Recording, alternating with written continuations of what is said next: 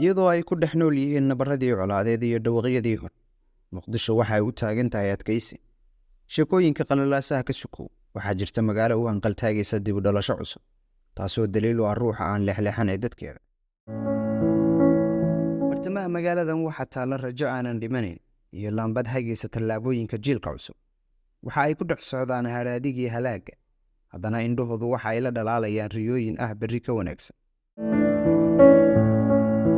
Socdaalku ma aha keliya dib u dhiska wixii lumay, ee waa rabitaanka dib u qeexidda mustaqbalka. Muuqaalka magaalada wuxuu isu beddelayaa qaab farshaxan si loo helo fursad, marxalado horumar iyo markhaati midnimo.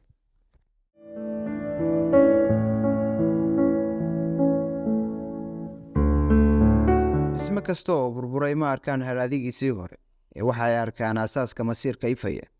Waxa ayna fahmeen in laga bilaabo dhibaatada dambaska iyo niyaha adkaysigii lagu soo dhaafay.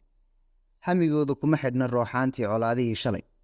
Taas beddelkeeda waxa ay u gogol xaarayaan sheeko cusub taasoo lagu abuuray adkaysi, kana ruqaansatay go'aan qaadasho dhaba, laguna xiray aaminsanaanta in berri ay leedahay ballanqaad aan xad lahayn.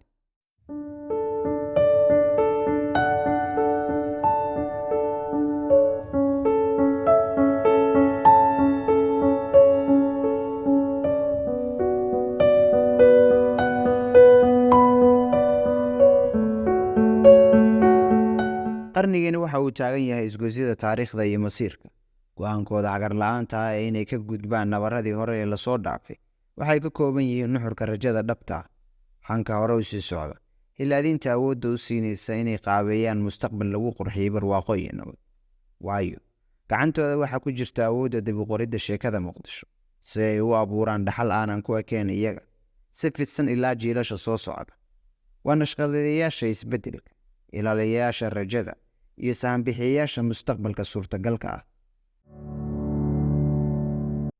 Qorax kasta oo soo baxaysa waxa ay midabeyn cusub u samaysaa hanka, kuma koobna oo keliya magaalada, si guud ahaanba dalka oo idil. Adkaysigoodu waxa uu ku soo noqnoqonayaa dariiqyada, go'aankooduna waxa uu dib u soo celinayaa wakhtiga.